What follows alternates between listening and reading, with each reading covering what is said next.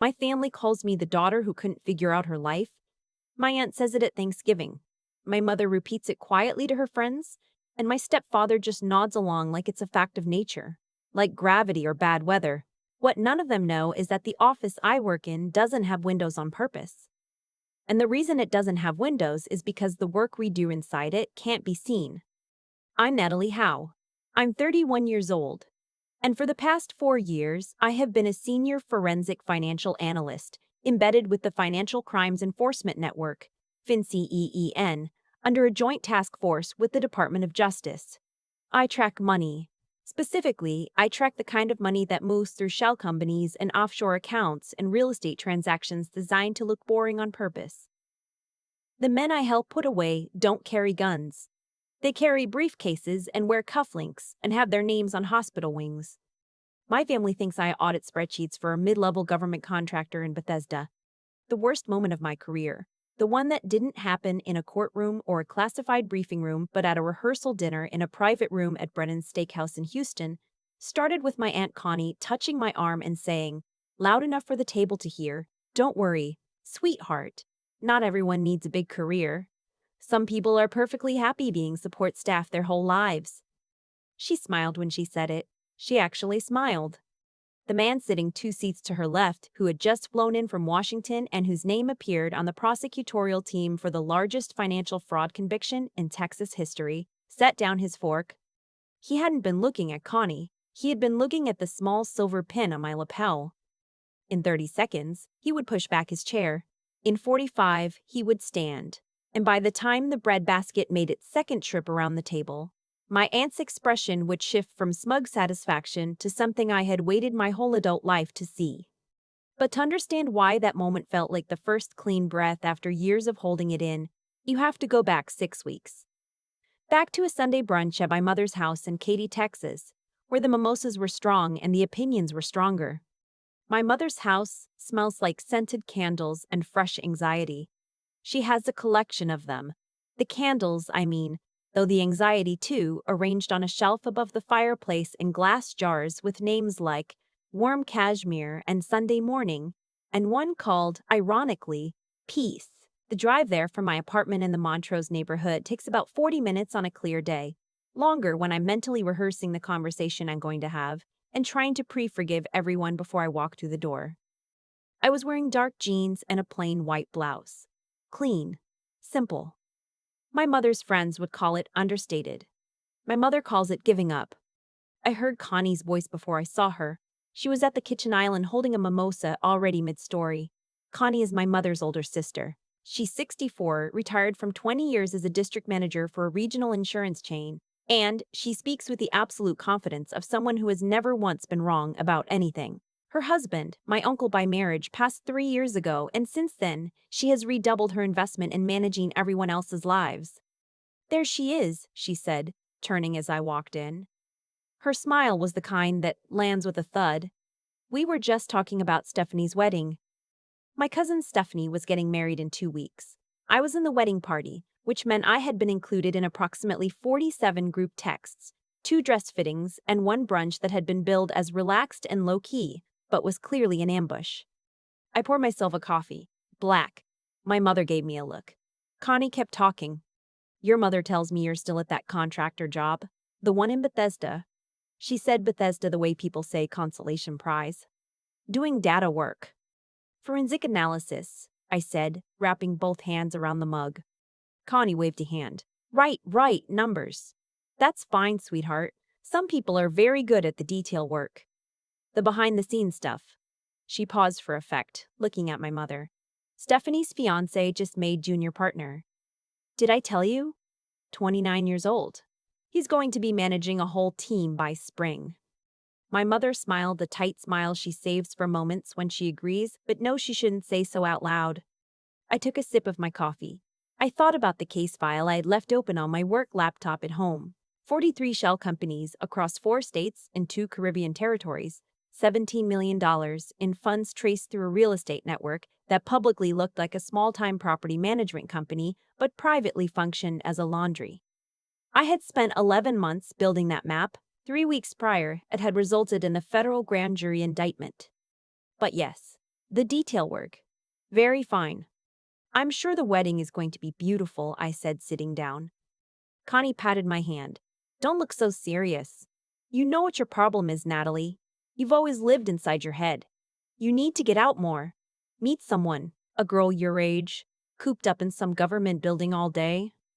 She shook her head with the theatrical sadness of someone who has practiced theatrical sadness.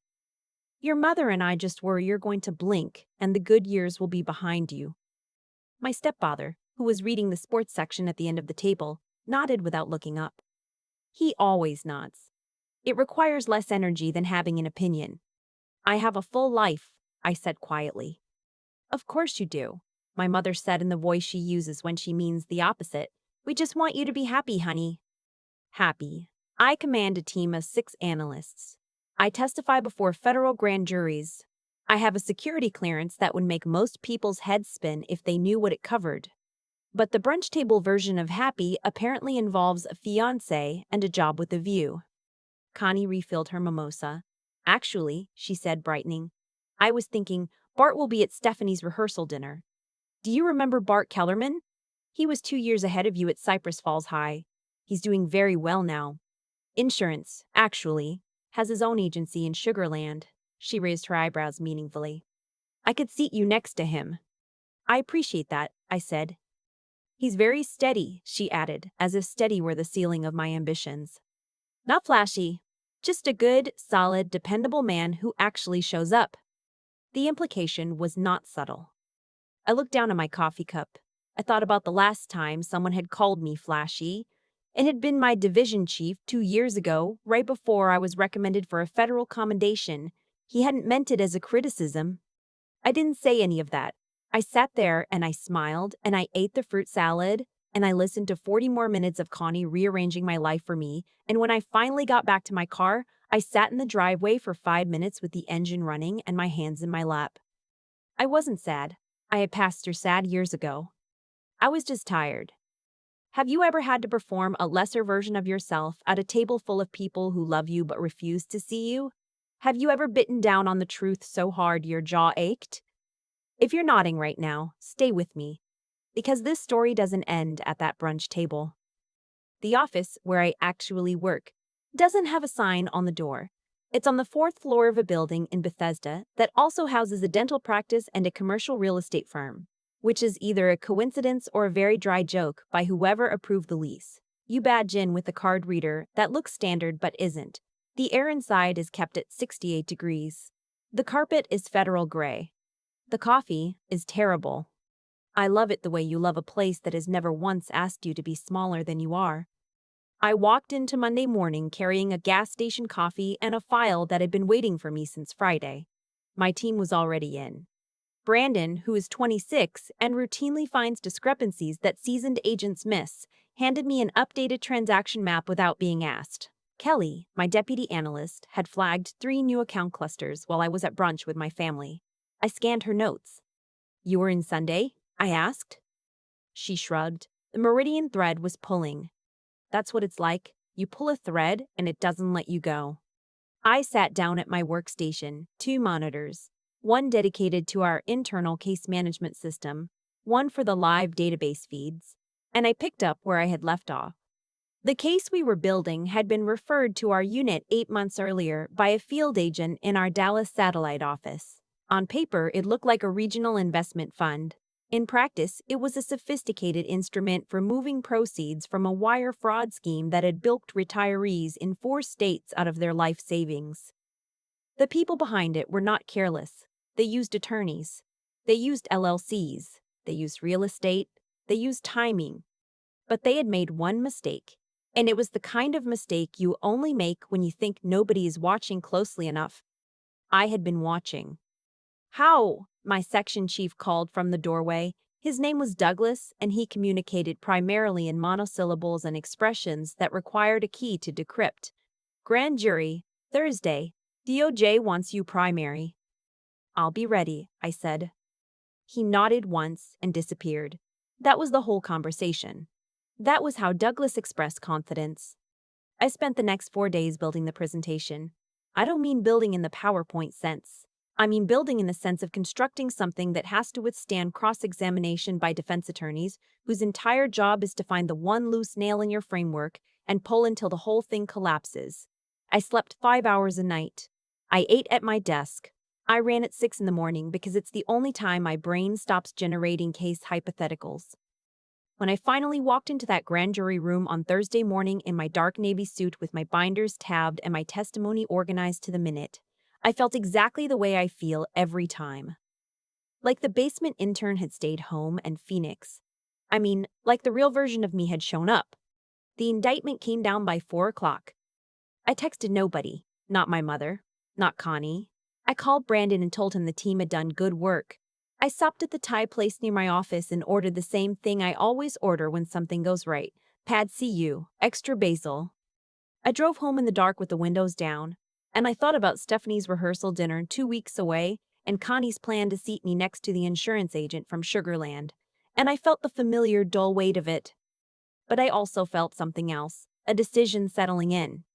I wasn't going to explain myself. I wasn't going to perform the humble disclaimer. I wasn't going to apologize for what I was. If the world wanted to see, the world was going to get a clear view.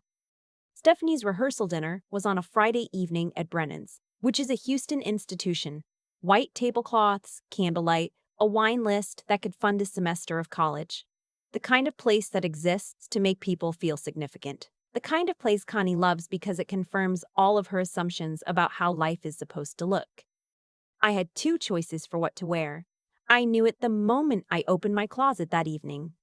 On the right side of the rack, a sage green wrap dress my mother had given me for Christmas, chosen because it was, in her words, elegant but approachable. Soft. Pretty. The kind of dress that says, I'll sit quietly at the end of the table and not make anyone uncomfortable. I stood there for a moment. I let myself consider it. Then I reached past it. I keep my work credentials in a small hard case on the top shelf of my closet. Badge, credential wallet, DOJ-issued identification, and my task force insignia pin. A small silver federal seal with a specific designation that means nothing to most people, and everything to the right ones. I had not worn it to a personal event in 4 years. I had a version of the same conversation with myself every time. It would seem like showing off. It would seem like I was trying to prove something. It wasn't the right venue. But here's the thing I had finally understood. I wasn't the one making it a competition. I wasn't the one who had turned every family gathering into an evaluation. I was just the one who had been losing by forfeit over and over, because I kept leaving my actual self at the door. I put on a clean black blazer over a white silk blouse, straight-leg trousers, and low heels that I could stand in for 4 hours. I clipped the pin to my left lapel. The silver caught the light from my bathroom mirror. I looked at myself for a long moment. The woman looking back was not trying to impress anyone. She was simply done pretending she had nothing to show. I drove to Brennan's. Valet parking obviously because Connie had organized things and Connie does nothing without the appropriate staging. I handed over my keys to a teenager in a red vest and walked inside. The private dining room was already humming. Round tables, low lighting, the smell of brown butter and aged steak. Stephanie was in a pale gold dress, glowing the way brides glow the week before their wedding when everything is still possibility and no one has made a single speech yet. Her fiancé, call him Weston, because that's actually his name and it fits, was standing next to her being tall and pleasantly tall. And then there was Connie. She was in a coral blazer holding a glass of Chardonnay, positioned at the precise center of the room in the way of a woman who understands spatial dominance. She spotted me immediately. Natalie. She crossed toward me with the warmth of someone about to reposition a chess piece. She kissed my cheek. She glanced down at my outfit, the kind of glance that is really a full audit. Very sharp, she said in the tone of someone making the best of a situation. Then her eyes landed on the pin. What's that? She asked. Work thing, I said. She moved on. She had a table to manage. I found my seat. Connie had, as promised, placed Bart Kellerman next to me. He was a genuinely pleasant man who talked about his Labrador for 10 minutes and never once made me feel bad about anything, which put him ahead of roughly 40% of the people in the room. We talked about Houston traffic and the Astros in a very good taco truck near his office. It was fine. But it was the seat across from me that mattered. His name was Richard Ames. He was 56, silver-haired, wearing a jacket that said he'd stopped caring about impressing people roughly 15 years ago and was more comfortable for it. He had flown in from D.C. that morning. He was the lead prosecutor on the Southern District of Texas's Financial Crimes Division. He was, specifically, the attorney who had called me 2 weeks earlier to confirm a detail in my grand jury testimony and had said, "Howe, I've been doing this for 23 years, and your build on the Meridian case is the cleanest I've ever seen." He was also the father of the bridesmaid of honor, which was a coincidence I had not known about until I sat down. He glanced across the table. He nodded at me pleasantly, the way colleagues do when they encounter each other unexpectedly outside of work. Then he looked at the pen. His expression shifted in the small, controlled way that people with good poker faces shift. He looked at my face. He looked back at the pen. A slight squint, reading the designation. He set down his wineglass. Connie chose this moment to address the table. She tapped her glass lightly, the way people do when they want to make a small point that is actually a large point. "I just want to say," she started, her voice warm with the pleasure of an audience, "how proud we all are of Stephanie and Weston, and what a wonderful weekend this is, surrounded by people who have really built something." She swept her eyes meaningfully around the table, pausing on certain faces, the junior partner, the real estate developer, the man who owned 3 car dealerships, and then settling, briefly and with tremendous significance, on me. Not everyone takes the same path, but that's what family is for. We love each other regardless of where we end up. Regardless of where we end up. The table made the soft, appreciative sounds that tables make when they don't want to examine what they just heard too closely. Richard Ames looked at Connie, then he looked at me. His jaw moved slightly, like he was deciding something. "Excuse me," he said. His voice was quiet but carried in the way of a man who has spent decades making sure courtrooms hear him clearly. "I don't think we've been introduced." He looked directly at Connie. "How do you know Natalie?"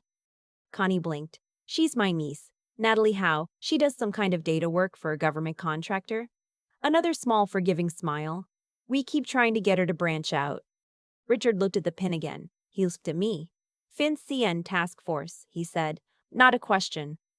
"Joint DOJ," I confirmed. He nodded once, slowly. Then he did something I was not prepared for. He looked at the whole table, at Connie, at my mother, at my stepfather, at Bart Kellerman and his Labrador energy. And he said, clearly, conversationally, as if he were commenting on the weather, "The Meridian case that came down Thursday. $17 million wire fraud network. Federal grand jury indictment, 11-month investigation, 3-state recovery operation." He picked up his wineglass. "That was Natalie's case. She was primary." The table went very quiet. Not the polite pause of a table waiting for the next speaker. The dead silence of a room in which something has shifted structurally and everyone can feel it, but nobody can name it yet. Connie's mouth was open slightly. She closed it. My mother turned to look at me the way you look at someone you've been standing next to for 30 years and have just, in this precise moment, realized you do not fully know. "It was a team effort," I said, because it was. "It was your build," Richard said, with the matter-of-factness of a man who corrects the record as a professional reflex. "I've said it twice in depositions, and I'll say it again at the dinner table. That investigation was as clean a financial trace as I've seen in 2 decades of federal prosecution. The framework you built is going to be used as a training model." He looked at Connie pleasantly. "Branch out from what exactly?" It was not cruel. That was the thing. He wasn't performing. He wasn't making a point for sport. He was simply a man who believed in precision and could not, on a fundamental professional level, allow an inaccurate statement to stand on the record unchallenged. Connie laughed, a short, reflexive sound that didn't connect to anything. "Well," she said, "I had no idea." "Most people don't," I said. "That's sort of the point." She looked at me. In 40 years of Connie, across 100 dinners and holidays and backhanded comments about my life choices, I had never seen that expression on her face. It wasn't rage.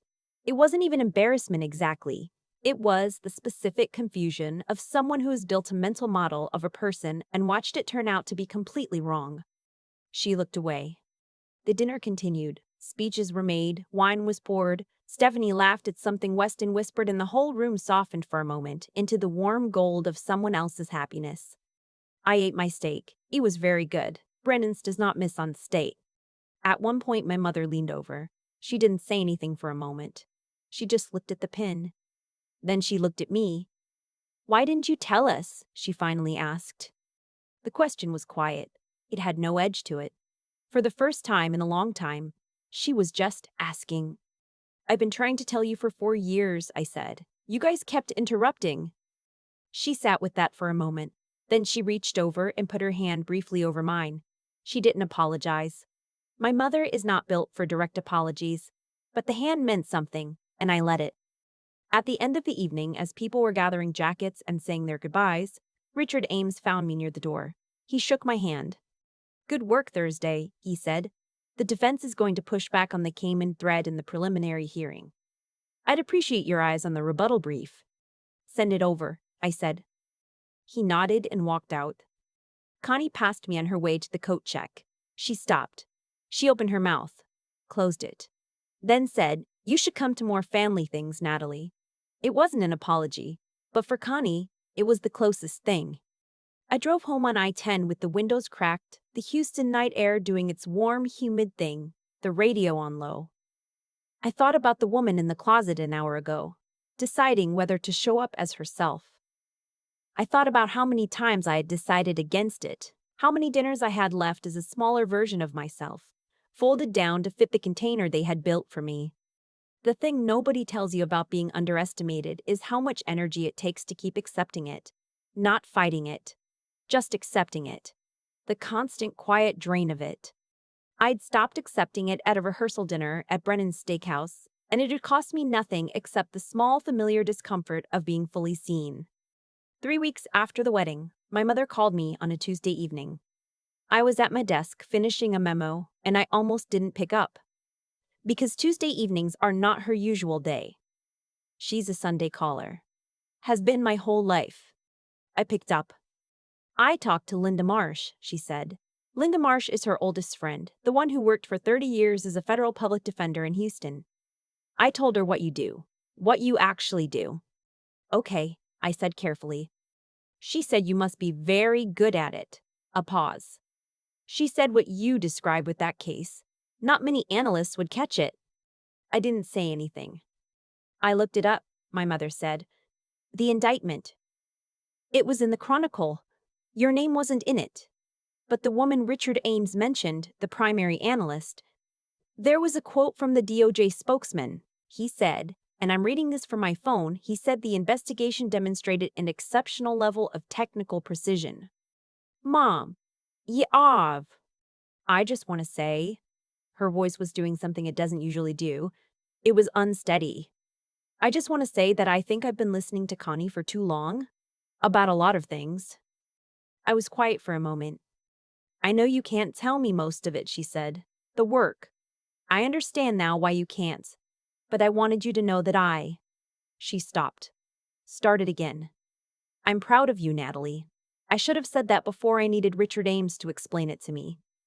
I sat in my apartment for a long time after we hung up. The work laptop was still open. The memo was half finished. Outside my window, Montrose was doing its usual Friday evening thing. Noise and music and the smell of someone grilling 3 floors below. I wasn't waiting for the apology to fix anything. I had stopped needing it to fix anything some time ago. But it landed somewhere, quietly, in the way that true things land when they finally arrive after a long delay. Connie texted me 6 weeks later. It was a long message, which is unusual for her. She's a caller, not a texter. She said she had been thinking. She said she realized she had spoken over me at a lot of family events. She said she had asked my mother what I actually did, and my mother had explained as much as she could, and Connie said she felt stupid for not asking earlier. She ended with, "I've always loved you. I just wasn't paying attention to who you are. That's on me." I read it twice. I didn't reply immediately. I sat with it for a day, the way you sit with something that deserves more than a reflex response. Then I typed back, "Thank you for saying that. It means something." I didn't block her. I didn't archive her. Some things deserve the chance to be different. But here is what I know. 1 year out from that rehearsal dinner, I know that my worth was never contingent on Connie understanding it. It was not contingent on Richard Ames naming it at a dinner table in Houston, or on my mother calling me on a Tuesday, or on any external moment of recognition at all. The work was the work before anyone saw it. The investigation existed before the indictment. The capability was there on every Sunday I sat at that brunch table being quietly erased. What changed wasn't what I was. What changed was that I stopped pretending to be less. I walked into that rehearsal dinner exactly as I am, and it turned out the room could hold me just fine. If you are still sitting at a table where you feel invisible, still performing the smaller version of yourself for people who have decided what you are, I want you to hear this. The pin on your lapel doesn't have to be literal. It's the truth of what you've built, what you've survived, what you actually know. You don't owe anyone a smaller version of that. Show up whole. Let them adjust. There's a version of that rehearsal dinner I used to imagine when I was younger. The version where I finally said everything out loud, listed every case, every indictment, every 18-hour shift, and watched the table go silent on my terms. I used to think that was what justice would feel like. It didn't feel like that at all. What actually happened was quieter and, I think, truer.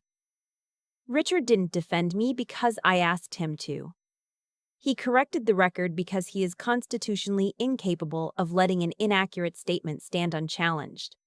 Connie didn't back down because I overpowered her. She backed down because the facts were simply too clear to argue with. My mother didn't call me on that Tuesday because I guilted her into it. She called because she had done the work of looking honestly at something she had been avoiding. That's the thing nobody explains about cause and effect in real life. It's not dramatic. It doesn't announce itself. It just accumulates, quietly, steadily, until the weight of it tips the scale. For 4 years, I had been doing my job with everything I had. Not to prove anything to Connie, not to earn a moment at a dinner table. I did it because the work was real and the stakes were real, and the people who lost their retirement savings to a $17 million fraud network deserved someone who was paying close enough attention to catch what everyone else missed. That's the only honest reason. And I think that honesty, the decision to do the work for its own sake rather than for the audience, is what made it possible to walk into Brennan's wearing exactly what I was, without apology and without performance. I've thought a lot about what it actually takes to get to that place.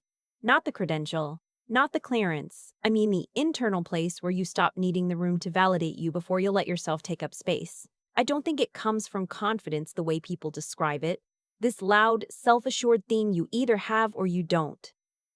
I think it comes from something quieter, from choosing over and over to do the right thing even when nobody is watching, from building the kind of integrity that doesn't require an audience because it doesn't exist for an audience. That's what I had been doing in that gray-carpeted office in Bethesda for 4 years. Not performing competence, actually developing it. And then the intelligence part. Not the clearance kind. The other kind. The discipline of learning to think clearly, to follow evidence rather than assumption, to resist the easier interpretation in favor of the accurate one. That's a muscle. I built it on case files, but Connie needed it too in a different way. She had been running on assumption about me for years. The moment actual information entered the room, her entire framework collapsed. That's what happens when you stop looking closely at the people you think you already know. And then there's what I'd call the grit of it. The part where you keep going through the years of Sunday brunches and the mimosas and the implications and the redirected conversations. Not because you're immune to it. I wasn't immune to it. I drove home from more than one family event feeling genuinely hollowed out. But I kept going back. I kept doing the work. I kept showing up, even when showing up meant being the one in the room who wasn't being seen. That accumulation is what Connie's text was actually responding to 6 weeks later. Not one dinner. Not one moment. The weight of years of quiet, stubborn, undeniable substance. I keep the pin in the same hard case on the top shelf. I don't wear it often. But I know it's there, and I know what it represents. Not the title on it, but the decision it took to put it on that night. That decision is the one I'd make again, every time.